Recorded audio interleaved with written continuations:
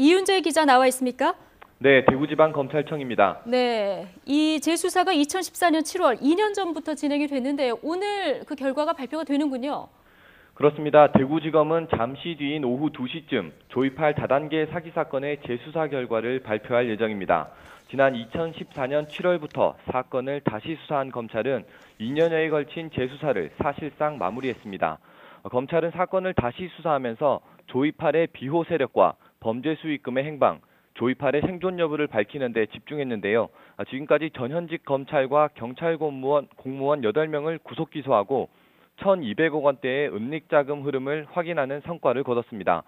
또 조이팔의 도피 행각을 도왔던 다단계 업체의 2인자 강태용을 중국에서 검거했고 다단계 사기 사건을 설계한 혐의로 수배돼 7년여 동안 국내에서 수모 지내온 배상혁도 붙잡았습니다. 기존 발표보다 크게 늘어난 피해 규모도 확인했습니다. 검찰은 지난 4월 조이팔 사건의 피해자는 7만여 명에 이르고 피해 금액은 5조 715억 원 수준이라고 밝혔습니다. 오늘 발표되는 수사 결과에 사건의 피해자 수와 피해 금액, 조이팔 일당이 빼돌린 돈의 규모 등이 최종적으로 확인될 것으로 보입니다. 네, 이윤재 기자. 네. 이 피해자들이 가장 궁금해하는 부분 가운데 하나가 이제 조이팔의 생존 여부 아니겠습니까? 오늘 검찰 수사 결과에 이 내용도 포함이 되겠죠?